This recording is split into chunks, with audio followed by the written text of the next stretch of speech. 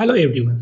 So today we are going to discuss the biomarkers which are enzymes and which are used in the cases of acute myocardial infarction. वैसे enzymes जो कि biomarkers के रूप में use होते हैं in cases of acute myocardial infarction उसके बारे में पढ़ेंगे।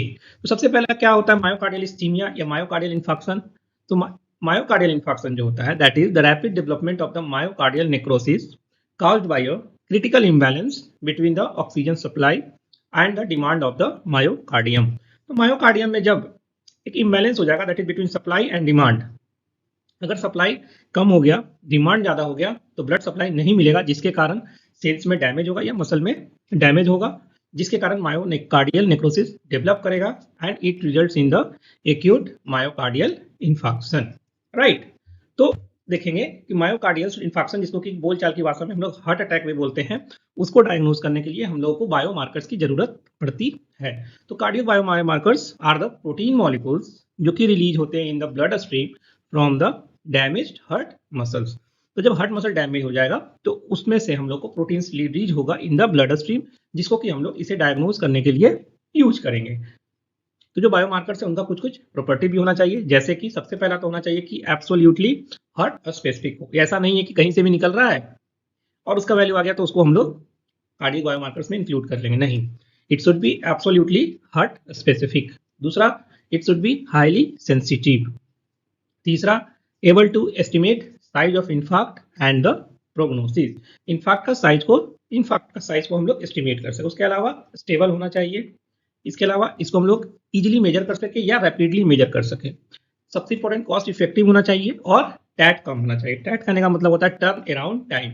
टर्न अराउंड टाइम क्या होता है? पेशेंट के सैंपल कलेक्शन से लेकर के हमारे रिजल्ट तक के टाइम को हम लोग बोलते हैं टर्न अराउंड टाइम। अगर turn around time at a time मिल गया या सही टाइम पे मिल गया तो हम लोग ट्रीटमेंट भी सही टाइम पे स्टार्ट कर पाएंगे। तो टीएटी कम से कम हो, that would be better. Right, इसके बाद हम लोग देखते हैं कि कौन कौन सा बायोमार्कर हिस्टोरिकली यूज कर रहा है। जैसे कि सबसे पहले एएसटी था, उसके बाद एलडीएच आया, फिर सीपीके आया, सीपीके एमबी आया, उसके बाद मायोग्लोबिन्स आया, फिर ट्रॉप टी आया, लास्ट जो सबसे आया अभी तक दैट इज द ट्रॉप 5। तो यूजुअली इन्हीं सब हम लोग बायोमार्कर्स को आज भी मायोकार्डियल इन्फार्क्शंस में यूज कर रहे हैं। कुछ इंपॉर्टेंट हैं, कुछ अब यूज नहीं हो रहे हैं, बट इनके बारे में हम लोग पढ़ेंगे। तो जो सबसे पहला है दैट इज द एलडीएच। तो जैसा कि जाने लैक्टेट डिहाइड्रोजिनेज जो होता है वो लैक्टेट को पायरूवेट में कन्वर्ट करता है। यूजुअल वैल्यू जिसकी होती है 100 to 200 units per litre. Normally क्या होता है, LDH2 जो होता है वो ज्यादा होता है LDH1 से। LDH2 जो होता है बॉडी में हर सेल्स में लगभग प्रेजेंट होता है, जबकि LDH1 जो होता है दैट इज हार्ट स्पेसिफिक। तो usually LDH2 is more than LDH1, but in cases of heart attacks और in cases of myocardial infarction LDH1 is more than LDH2। इसको हम लोग फ्लिपिंग पैटर्न ऑफ LDH भी बोलते हैं। नॉर्मली ये increase होना स्टार्ट होता है विद इन 24 to 48 आवर्स में। पीक करता है वैल्यू इसका अप्रॉक्स 1 वीक बोले या 3 to 6 डेज में, और 8 to 14 डेज में एलडीएच की वैल्यू जो है सो नॉर्मलाइज हो जाती है। तो ये हो गया एलडीएच के बारे में। उसके बाद है एएसटी। राइट, तो एएसटी क्या करता है? That is the aspartate amino transferase. AST या इसका दूसरा नाम है एसजीओटी। तो एएसटी जो होता है एस्पार्टेट एमाइनो ट्रांसफेरेज, ये कैटालाइजेस the transfer of amino group from amino acid to the keto acid. Right, it catalyzes the transfer of amino group from one amino acid to the keto acids. Normal value जो AST का होता है that is 8 to 20 units per litre. It rises by 6 to 8 hours. Peak values आती हैं 1 day या 24 hours में, और 4 to 5 days में ये नॉर्मलाइज हो जाता है। राइट, बट AST को हम लोग आजकल यूज नहीं करते हैं, गुड ओल्डन डेज में यूज करते थे। हालांकि ये जो है एएसटी मायोकार्डियल इन्फेक्शन के केसेस में बढ़ा हुआ मिलेगा, बट प्रॉब्लम एएसटी के साथ ये है कि ये हार्ट स्पेसिफिक नहीं है। और भी जगहों के इन्फेक्शंस में या डिजीजेस में एएसटी बढ़ा हुआ मिलेगा, जैसे कि हेपेटाइटिस का केस हो गया, लिवर से रिलेटेड जो भी केस है उसमें एएसटी और एएलटी बढ़ा हुआ ही मिलेगा, इसलिए इसको हम लोग आजकल यूज नहीं करते हैं। So as AST is raised in various other conditions, the troponins have replaced AST as a diagnostic marker in the ischaemic heart diseases. तो आजकल जो मेनली फोकस है that was on the troponins. AST को आजकल use नहीं करते हैं। इसके बाद है मायोग्लोबिन्स। तो जो मायोग्लोबिन्स क्या है? It is a highly sensitive muscle protein. It has the low specificity, क्यों लो स्पेसिफिसिटी है? किसी भी मसल की इंजुरीज में जो है सो इसका वैल्यू बढ़ा हुआ मिलेगा, इसलिए इसको भी आजकल हम लोग यूज नहीं करते हैं। ये स्टार्टिंग में ही 1 to 4 आवर्स में रेज कर जाता है और इसका पीक जो है सो 12 आवर में ही आ जाता है। तो अगर पेशेंट कोई लेट प्रेजेंट करेगा तो उसमें मायोग्लोबिन के थ्रू हम लोग इसका डायग्नोसिस नहीं कर पाएंगे, इसलिए इसका भी यूज जो है आजकल नहीं होता है।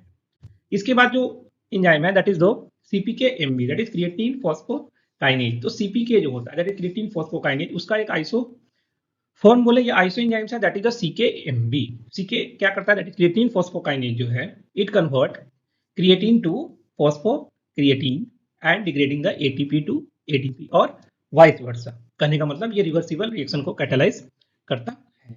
ये जो है CK MB it is highly specific for the cardiac tissues, so इसको हम लोग यूज कर सकते हैं, राइट। तो ये 4 to 6 hour after the onset of infection, within 6 hour बढ़ना शुरू हो जाएगा, 12 आवर में पीक आएगा और 36 घंटे में जो है सो रिटर्न कर जाएगा बेस लाइन में।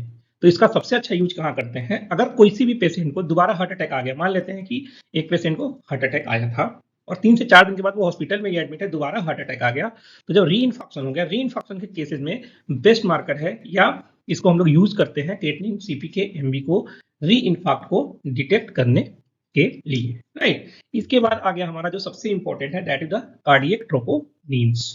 जो ट्रोपोनिन्स है या कार्डियक ट्रोपोनिन्स है, these are the complex of 3 regulatory proteins that is needed for the skeletal muscle या cardiac muscle contractions, ठीक है। तो जो ट्रोपोनिन्स होता है वो 3 रेगुलेटरी प्रोटीन के साथ मिलकर के बना हुआ है, या बोले तो 3 टाइप का मॉलिक्यूल्स है जो कि मिलकर के जो कार्डियक मसल्स होता है उसके कॉन्ट्रैक्शन में हेल्प करता है। तो ट्रोपोनिन्स कहाँ अटैच होते हैं? तो troponins are attached to the tropomyosin sitting in the group between actin in the muscle filaments. तो जो एक्टिन मसल दो फिलामेंट्स होते हैं मसल्स में, एक्टिन एंड मायोसिन। जो पतला वाला होता है दैट इज द एक्टिन और जो थिक वाला होता है दैट इज द मायोसिन। तो जो थिन वाला है that is the actin filaments, उसके ग्रुप के बीच में ही क्या होता है? ट्रोपोमायोसिन, और उस ट्रोपोमायोसिन के साथ अटैच्ड होता है ट्रोपोनिन, और ये सारे मिलकर के मसल कॉन्ट्रैक्शंस में हेल्प करते हैं। 3 टाइप्स के होते हैं। आईटीसी जैसे कि फेबस कंपनी है उसी से हम लोग याद रखेंगे, that is ITC, troponin I, troponin T and troponin C.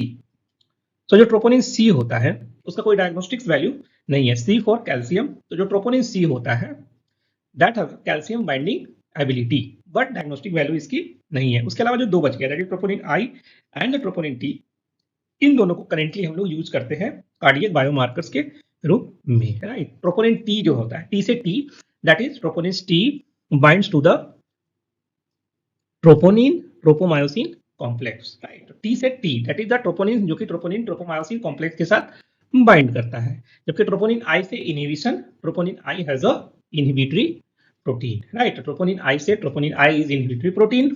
T से देखेंगे तो टी बाइंड्स टू ट्रोपोमायोसिन और the troponin complex, and troponin C binds to the calcium and it has no role in the diagnosis. तो इस तरीके से 3 प्रकार का ट्रोपोनिन है जो मेनली यूज करते हैं, that is troponin I and the troponin T.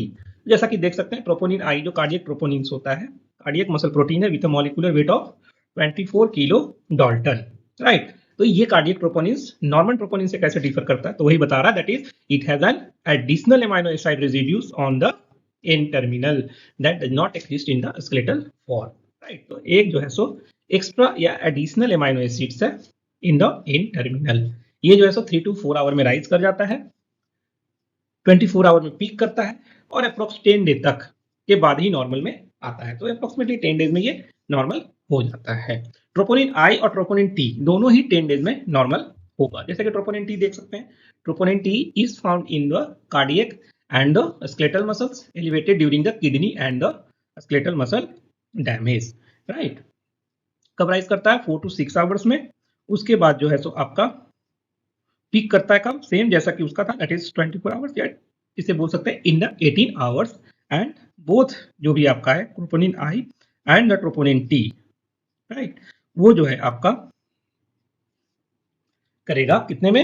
In the 10 days, right. तो ये हो गया आपका ट्रोपोनिन आई और ट्रोपोनिन टी के बारे में। जैसा कि ग्राफ में देख सकते हैं कि जो भी आपका जो सबसे पहला अपीयर हो रहा है that is myoglobin, right. Myoglobin कितने देर में आएगा, 1 to 4 आवर में अपीयर होगा और उसके बाद विद इन 24 आवर जो है सो नॉर्मल भी हो जाएगा। और पीक कब आ रहा है इसका, विद इन द, कितना बोलेंगे उसको, विद इन 6 to 7 आवर्स में जो है सो ये पीक करेगा।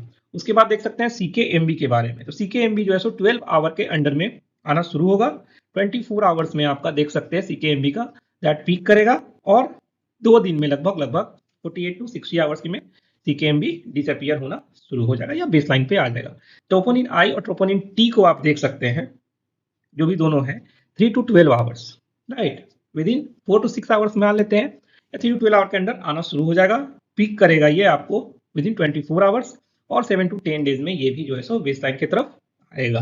जबकि LDH जो है सो 6 to 12 आवर में अपीयर होता है और 48 आवर्स में पीक करता है। तो आप देख सकते हैं सबसे लेट से जो पीकिंग आवर है दैट इज ऑफ LDH। और ये कितने दिनों तक रह सकता है, ये भी सेम 10 डेज के आसपास रह सकता है। तो सबसे पहला मायोग्लोबिन आता है और सबसे लेट जो पीक अपीयर करता है वो किसका करता है, LDH का करता है। और ट्रोपोनिन्स जो है सो 4 to 6 आवर्स में अपीयर्स होता है और 7 to 10 डेज में नॉर्मल होता है। तो इस तरीके का ग्राफ एग्जाम में दिखा करके पूछा जा सकता है कौन सा एंजाइम है जिसको कि यूज कर रहे हैं और कैसे यूज करते हैं। तो ये हो गया basic outlines about the cardiac enzymes used in the acute myocardial infarction. Thank you.